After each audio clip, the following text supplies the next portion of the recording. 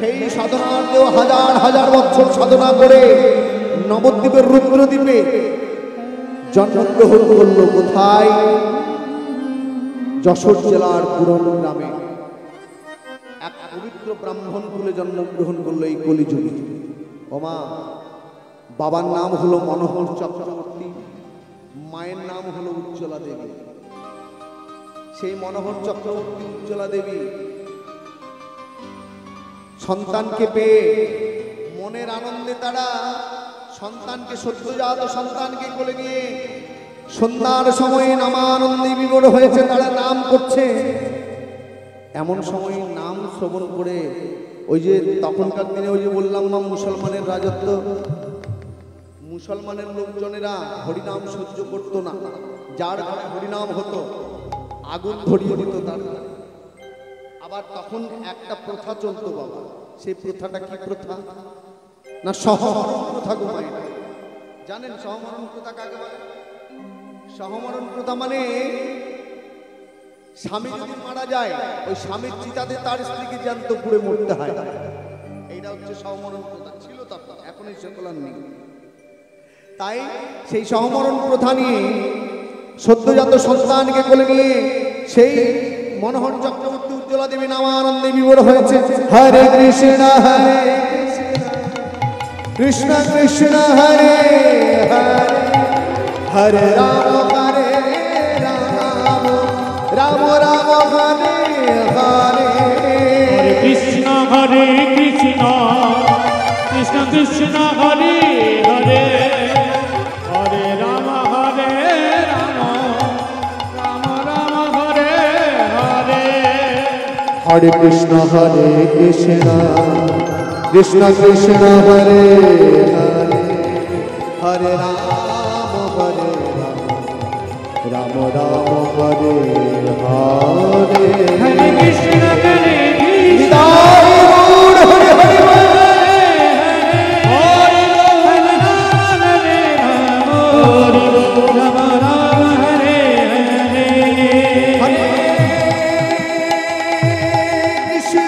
হরে কৃষ্ণ হরে হরে কৃষ্ণ কৃষ্ণ হরে হরে হরে রাম হরে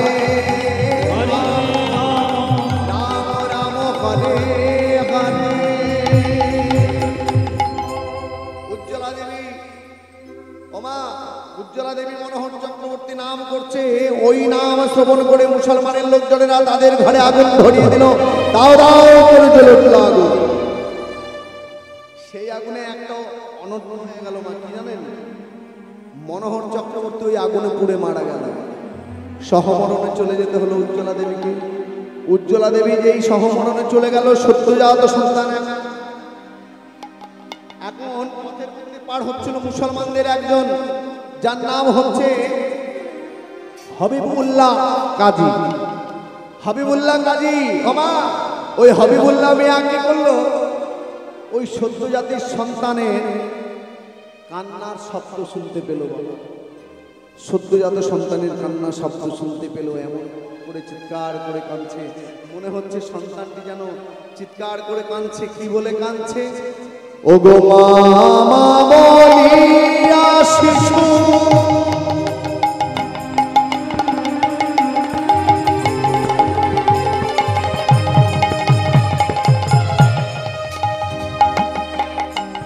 কাঁদিতে লাগিল।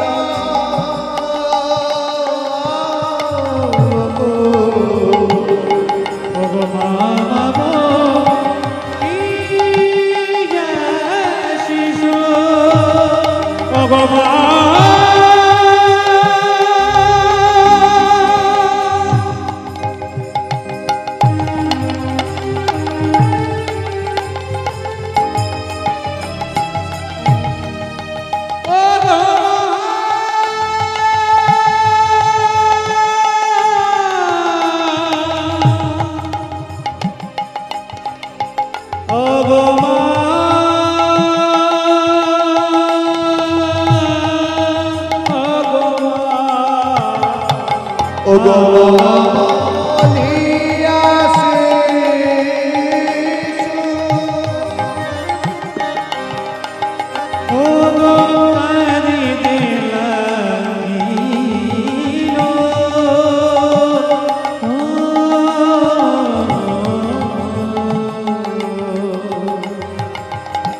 হবিবুল্লাহ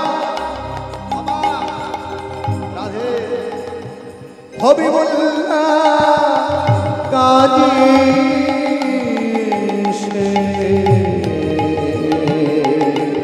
কোলে তুলে হাবিবুল্লাহ কাজিয়েছে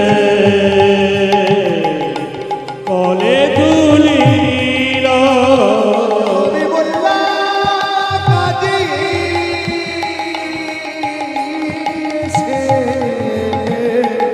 কোলে তুলে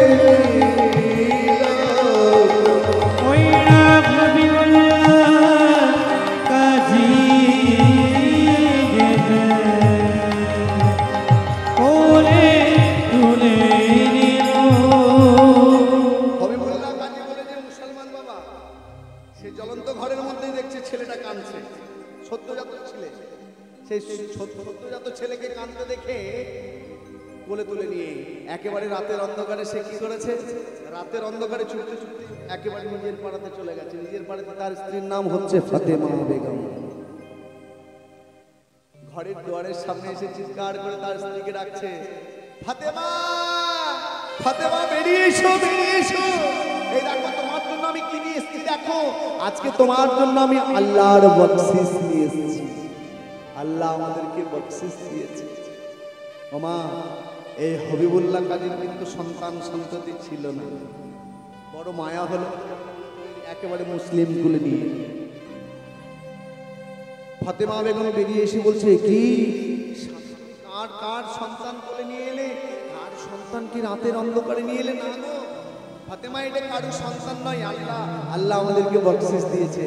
আর তুমি চিন্তা করো না, নাও তো নাও তো নাও না নাও, আজ থেকে এ আমাদের সন্তান, তুমি লালন পালন করে বড় করো। কি গো মা, ব্রাহ্মণ বাড়ির ছেলে, ব্রাহ্মণ বাড়ির ছেলে এবার লালন পালন হচ্ছে কোথায়? মুসলিম কুলে। দেখতে দেখতে দেখতে দেখতে যখন তার 6 বছর বয়স হয়ে গেল, 6 বছর, সবাই নাম রাখলো পাড়াতে, সবাই এক একটা করে নাম রেখেছে, কেউ ইব্রাহিম, কেউ আকবর, কেউ হোসেন, কেউ হাসান। কিন্তু হবিবুল্লাহ কাজী তার আর তার ফাতেমা বেগম তার স্ত্রী নাম রাখলো খুবই আদর করে হারেস। তার স্ত্রী আর হবিবুল্লাহ কাজী চিৎকার করে হারেস হারেস হারেস হারেস বলে আনন্দ করছে, হারেস নাম রাখলো। মামা এই হারেস দেখতে দেখতে 6 বছর যখন বয়স হল, তাকে বিদ্যা উদ্যানের জন্য বাবা টোলে ভর্তি করে দেওয়া হলো। কিন্তু বেদ বিদ্যায় তার মন বসছে না। সে কি করছে জানেন?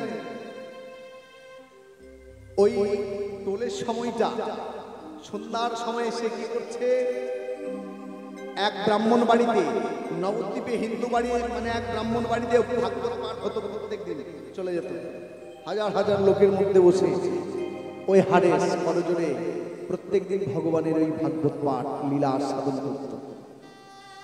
ভাগবত পাঠ শুনতে শুনতে শুনতে শুনতে হঠাৎ একদিন হয়েছে কি, ভগবানের কৃপা বর্ষণ হয়েছে। কানতে কানতে যিনি ভাগবত পাঠ করছিলেন, হারেস তেনাকে করজোরে কানতে কানতে জিজ্ঞেস করে বলছে, ঠাকুর মশাই, ও ঠাকুর মশাই, আমি আমি আজকে আপনার কাছে একটা কথা বলতে চাই। কি কথা হারেস? কি বলবি তুই? বলছে, ঠাকুর মশাই, কি করলে তাকে আমি পাবো তুমি বলতে পারো? আমি যে তাকে পেতে চাই, আমার ভগবানকে যে আমি পেতে চাই, আমি ভগবানকে ছাড়া আমার ভালো লাগে না। এই কৃষ্ণ কথা শুনতে শুনতে আমি জানি না আমার দেহ মন প্রাণ কেমন কি হয়ে গেল। আমার কৃষ্ণকে পাওয়ার ইচ্ছা জেগেছে। বলে দাও না ঠাকুর মশাই, আমি কি করলে তাকে পাবো? যা করতে হয় আমি তাই করবো। আমি মুসলমানের ছেলে, আমি মুসলমানের ছেলে হয়ে আমি আল্লাহর দোয়া দেব, আল্লাহর দোয়া দেব, নামাজ পড়বো, নূর রাখবো, কালমা পড়বো, আমি গীতা পাঠ করবো, ভাগবত পাঠ করবো, মন্দিরে মন্দিরে যাব, কাঁদবো, চিৎকার করে ভগবানকে পুজো অর্চনা করবো। বলে দাও, বলে দাও কোথায় আমি ভগবানকে পাবো? ও মা, বিশ্বাসে মেলাই বস্তু বাবা, তর্কে কিন্তু বহুদূর। ও মা, যার অন্তরে বিশ্বাস আছে একমাত্র ভগবান তার কাছে চিরসত্য। আর যার অন্তরে বিশ্বাসযোগ্য বলে কিছু নেই, সে গীতা পাঠ, যতই গীতা পাঠ করুক, ভাগবত পাঠ করুক, চণ্ডী পাঠ করুক, হবে না। ওই যে এক কথা বলে দিলেন, সেটি বিশ্বাসযোগ্য করে অন্তরে প্রবেশ করে গেল। ঠাকুর মশাইকে যেই জিজ্ঞেস করলেন, ঠাকুর মশাই আমি কি করলে তাকে পাবো, তাকে পাওয়ার উপায় আপনি আমায় বলে দিন। ঠাকুর মশাই বলে দিলেন, ওরে হারেস, তুই কাঁদছিস কেন? তাকে পেতে চাস? তুই একটা কাজ কর, এই খেপা, তাকে তো ডাকলেই পাওয়া যায়, তাকে তো ডাকলেই পাওয়া যায়। একবার যদি তাকে অন্তর থেকে ভক্তি করে যদি ডাকতে পারিস, ডাকার মতো করে যদি ডাকতে পারিস, সঙ্গে সঙ্গে ভগবান তোর কাছে আসবে। ভক্তি যার, ভগবান। ওমা, এই ভক্তি ভরে কথাটা কিন্তু অন্তরে প্রবেশ করে গেল হারিসে। এইবার মনে মনে চিন্তা করছে, তাহলে ভগবানকে ডাকার মতো করে ডাকবো, আমি ভগবানকে ডাকার মতো করে ডাকবো। এইভাবে চিন্তা করতে করতে সে ঘরে যাচ্ছে, পথের মধ্য দিয়ে পথ ধরে ঘরে চলে যাচ্ছে। হঠাৎ পথের মধ্যে যেতে যেতে দেখলো কিছুগুলো হিন্দুদের লোকজন, আমাদের যখন কেউ মারা যায় তখন আমরা মাসের দোলা করে মোড়াটাকে নিয়ে যাই, তো সে মৃতদেহটিকে নিয়ে যাই কোথায়? শ্মশান ঘাটে। আর কি বলি, বলো হরি বল, বলো হরি বল, হরি বল বলি না। আজকে সেই হিন্দু বাড়ির একজন মারা গেছে, ওই বাঁশের দোলা করে শ্মশান ঘাটে নিয়ে যাচ্ছে, আর সবাই মিলে বলছে বলো হরি বলো হরি বলো হরি। সবাই বলছে বলো হরি হরি বল। হারেসের কর্ণে প্রবেশ করেছে বলো হরি হরি। যেই হরির বল প্রবেশ করেছে, হারেস চমকে উঠলো, চিৎকার করে ডাকছে, ওগো তোমরা একটু অপেক্ষা করো, একটু অপেক্ষা করো, কোথায় আছে হরির বল আমাকে বলে দাও। আমি এই হরির বলকে জানার জন্য আমি নামাজ পড়বো, গীতা পাঠ করবো, ভাগবত পাঠ করবো, মসজিদে যাবো, বলে দাও। ওমা, হারেস কাঁদতে কাঁদতে ওই হিন্দু মোড়ার পেছনে পেছনে ধাবিত হলো। ওই সবাই হিন্দু মোড়াটাকে নিয়ে যাচ্ছে শ্মশান ঘাটে, আর ওই হরি বলো হরি হরি বল, বলো হরি হরি বল বলছে। হারেস তাদের পেছনে পেছনে যাচ্ছে, দুবাহু তুলে নয়নে জল, আর মনের আনন্দে গাইছে কৃষ্ণ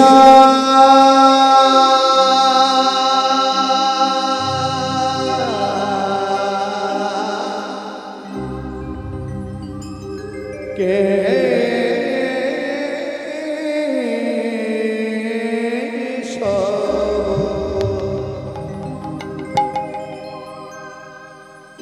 কৃষ্ণ কেশব মধুমাখা, এই নাম হরি নাম সুধা মাখা,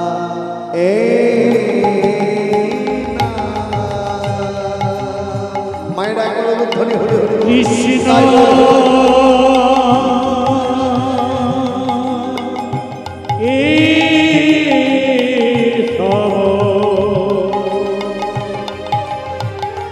কৃষ্ণ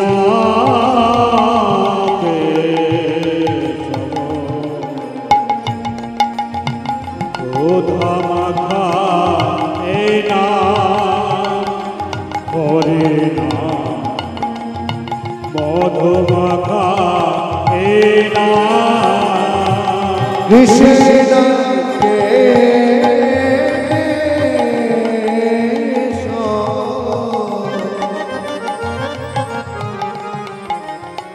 কৃষ্ণ কেশব মধুমাখা, এই নাম হরি নাম সুধা মাখা,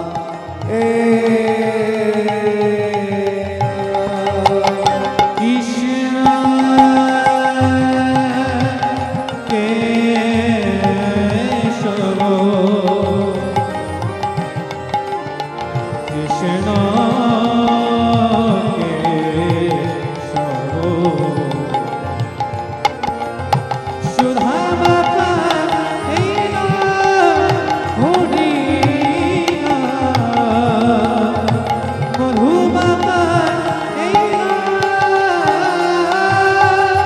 নামের যশোধা যেই বা কনে পায়,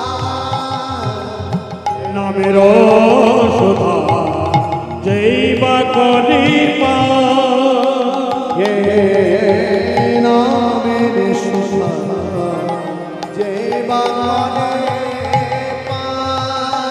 বলেন রে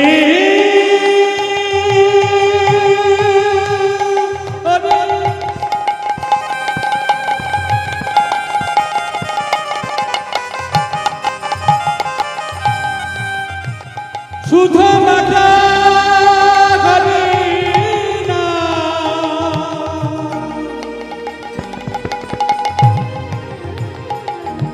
হরি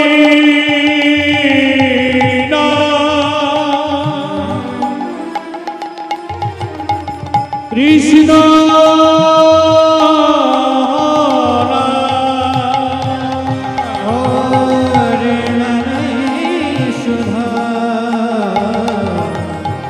যে বাপারে ক্ষুধা তৃষ্ণা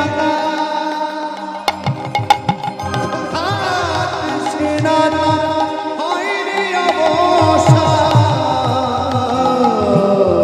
নামের সুধা যেই বা করি পায়,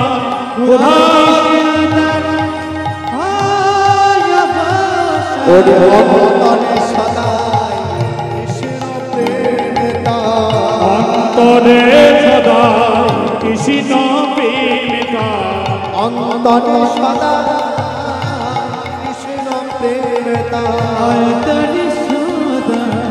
কৃষ্ণ প্রেম তার, আনন্দ ব্রজধা মধুমাখা পায়রা হলো ধনে হরে হরে হরে কৃষ্ণকে সব কৃষ্ণকে সুধা মাখা এই নাম হরি নাম মধু মাখা এই নাম হরি বল।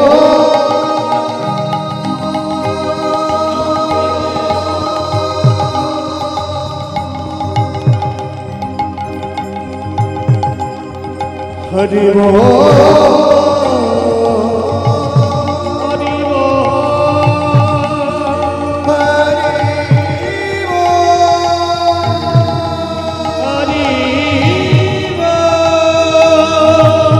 হরে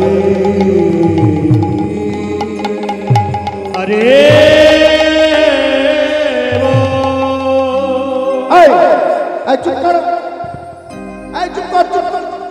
আরে তোমা ওমা ওই যে হারিস নাম করছে,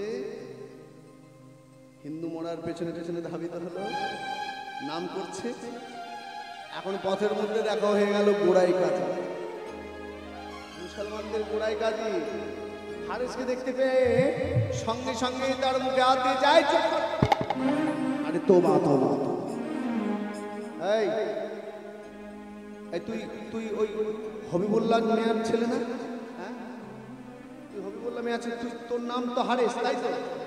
এই হারিস, কি রে তুই আমাদের মুসলমানের ছেলে হয়ে এগুলো কি করছিস? হ্যাঁ, কি করছিস এগুলো? আরে তো এই ছেলে, এগুলো হিন্দুদের ওই মরা ফেলা না। যখন হিন্দুদের কেউ মরে তখন ওই শ্মশানে নিয়ে যায় মরাটাকে, আর তখন এইগুলো বলবো। আর সেই নাম নিয়ে তুই এত মাতলি কেন? তোর এত মাতামাতি কিসের? তুই না মুসলমানের ছেলে, কোথায় আল্লাহর দোয়া দিবি, কোথায় নামাজ পড়বি, নূর রাখবি, কালমা পড়বি, তা না করে তুই হিন্দুদের মরা ফেলা নাম নিয়ে ব্যস্ত হয়ে গেছিস। বন্ধ কর এই নাম। তুই যে নাম আছে, এই যে নামটা করছিস, কি আছে? কেন এই নাম করছিস? কি আছে এই নামের মধ্যে? কি আছে বলতে পারবি? বলতে পারবি তুই? কার করে হারিসকে বলছে? হারিস তখন মৃদু মৃদু স্বরে করজোড়ে বলছে, চাচা এই নামের মধ্যে কি আছে আমি বলতে পারবো না।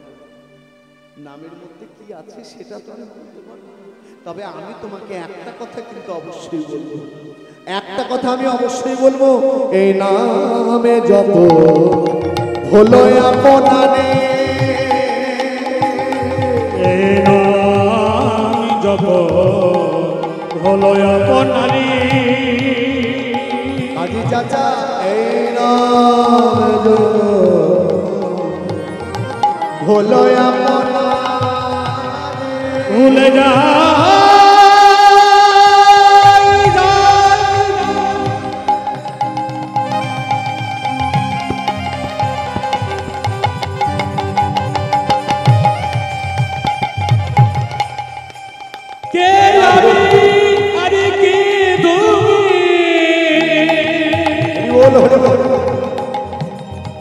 এই নামে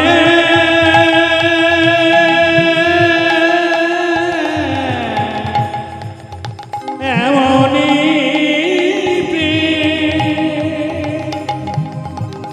ভুলে যা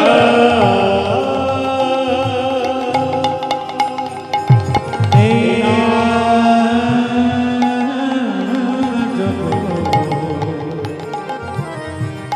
ভুলো আপনারে চাচা ডুবে যাক মন প্রেম পানারে এই নামে জপ হলো আপনারি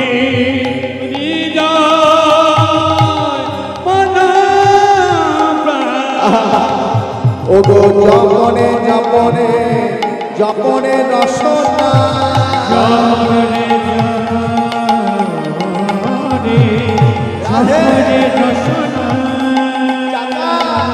তুমি জপ গো জপনে জপনে রসনা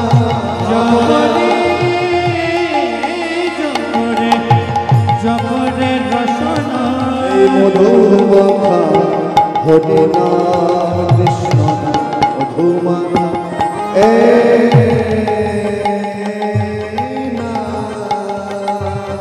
উলুধ্বনি উলুধ্বনি হরি হরি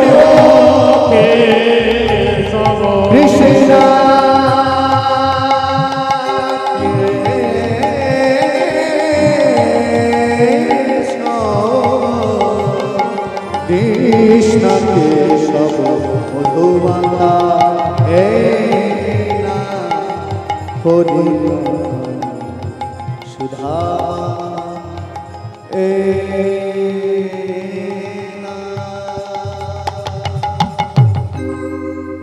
সহ্য হলো না মা ও মাইরা রাধে প্রথম রাত্রি আজকে কথা একটু ভালো ভালো কথা শুনে প্রথম রাত্রি আজকে এই যে নাম শ্রবণ হলো মুসলমানের লোকজনেরা নামগুলো শুনে নিল হারেসের মুখে সহ্য হলো না একেবারে নবাব সাহেবের কাছে চলে গেছে একেবারে নালিশ জানাতে ছুটতে ছুটতে সবাই অনেকেই একত্রিত হলো বাবা সব মুসলমান লোকজনেরা ওই মুসলমান ভাইরা একত্রিত হয়ে সবাই নবাব সাহেবের কাছে গিয়ে নালিশ জানাতে জানাতে বললেন হুজুর অনর্থ হয়ে গেছে অনর্থ হয়ে গেছে অনর্থ মহা কি অনর্থ হলো বলে আর বলবেন না হুজুর ওই হবিবুল্লাহ মিয়ার ছেলে এই ছোট্ট বয়স যার নাম হারেস আর বলবেন না হুজুর কানে হাত দিতে ইচ্ছে করে ওই মুসলমানের ছেলে হয়ে হিন্দুদের মরা ফেলা নাম নিয়ে মিলতে আছে জানেন হুজুর সত্যি কথা বলতে কি ওই নাম যখনই আমরা শুনি যতবার আমি হারেসের মুখে শুনছি আমাদের অন্তরটা এই মনটা কেমন এমন এমনি হয়ে যাচ্ছে জানেন হুজুর বলছিলাম হুজুর আপনার কাছে নালিশ জানাতে এলাম এর একটা তাড়াতাড়ি করে বিহিত করুন নইলে তো অনর্থ হয়ে যাবে নবাব সাহেব বলছে ও নবাব সাহেব চিন্তা করলেন এই ছোট্ট ছেলে সেই ছোট্ট ছেলের মুখ দিয়ে তোমরা কথা বলে নাম ছাড়াতে পারছো না বলে নাম ছাড়িয়ে দাও ও ছাড়বে না হুজুর ছাড়বে না অনেক করে বলেছে এক যে দিচ্ছে ছাড়বে না সে কি ছাড়বে না এত করে বলার পরও তো তোমরা এত করে বলেছো তো বলছে হ্যাঁ হুজুর সত্যি করে বলছে অনেক করে বললাম তবু নাম ছাড়লো না নবাব সাহেব একটু ক্রোধান্বিত হয়ে বললেন বেশ যাও আরেকবার ছেলেটাকে বোঝাও ওই হবিবুল্লাহ কাজীর ছেলে হারেসকে বুঝিয়ে বলো আর সে যদি না বোঝে অবশেষে 22 বাজারে ঘুরিয়ে ঘুরিয়ে বেত্রাঘাত করে ওর মুখ থেকে হরিনাম ছাড়া। আর 22 বাজারে ঘুরিয়ে ঘুরিয়ে বেত্রাঘাত করে তোমরা যদি নাম না ছাড়াতে পারো, তাহলে আমি কি করবো জানো? আমি অবশেষে তোমাদের গর্দানগুলো কিন্তু নিয়ে নেব, মনে থাকে। যাও বাবা, ওই গোড়াই খাঁ আরো কিছু পাইকদেরকে সঙ্গে করে নিয়ে বেদ নিয়ে একেবারে চলে গেছে। কোথায়? একেবারে হারেসের বাড়িতে গিয়ে হারেসকে ডাকছে, হারেস হারেস বেরিয়ে আয়, ভেতর ঘর থেকে বেরিয়ে আয়। কাজী চাচা আমায় কিছু বলবে? কাজী চাচা বলছে, হ্যাঁ, শেষবারের মতো করে তোকে বোঝাতে এলাম, বল বল এই হরিনাম তুই বন্ধ করবি কিনা, ওই হিন্দুদের ওই নাম তুই বন্ধ করবি কিনা, তুই বল। হারেস কাঁদছে। ওমা, হারেস বলছে, কাজী চাচা তুমি বিশ্বাস করো, যেদিন থেকে তুমি আমাকে বলেছ আমি অনেক চেষ্টা করেছি, অনেক চেষ্টা করেছি, এবং আমি বোঝারও চেষ্টা করেছি যে আমি মুসলমানের ছেলে, এই নাম আমাদের করতে নেই, আমি করব না। কিন্তু কি হয়েছে জানো কাজী চাচা? আমি হরিনামটা ছেড়ে দিলেও, হরিনামে যদি আমি ছেড়ে দিই, হরিনামে ছেড়ে দিল ওই হরির নামে যে আমায় ছাড়ে,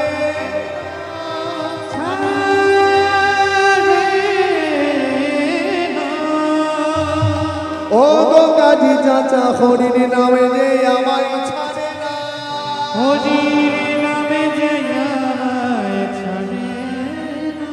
আমি হরিনামে ছেড়ে দিলে হরির নামে যে আমায় ছাড়ে, নামে যে আমায় ছাড়ে না। বলছে কাজী চাচা, আমাকে তোমরা বিশ্বাস করো, সত্যি করে বলছে আমি হরিনাম ছাড়ার অনেক চেষ্টা করেছি। গোড়াই কাজী বললেন, শোন শোন, এত কথা আমি তোর শুনবো না, একটাই কথা শুনবো, তুই এই নাম ছাড়বি কিনা বল, বল ছাড়বি কিনা। হারিস কারো জন্য বলছে, চাচা আমার ভুলিতে বলো না,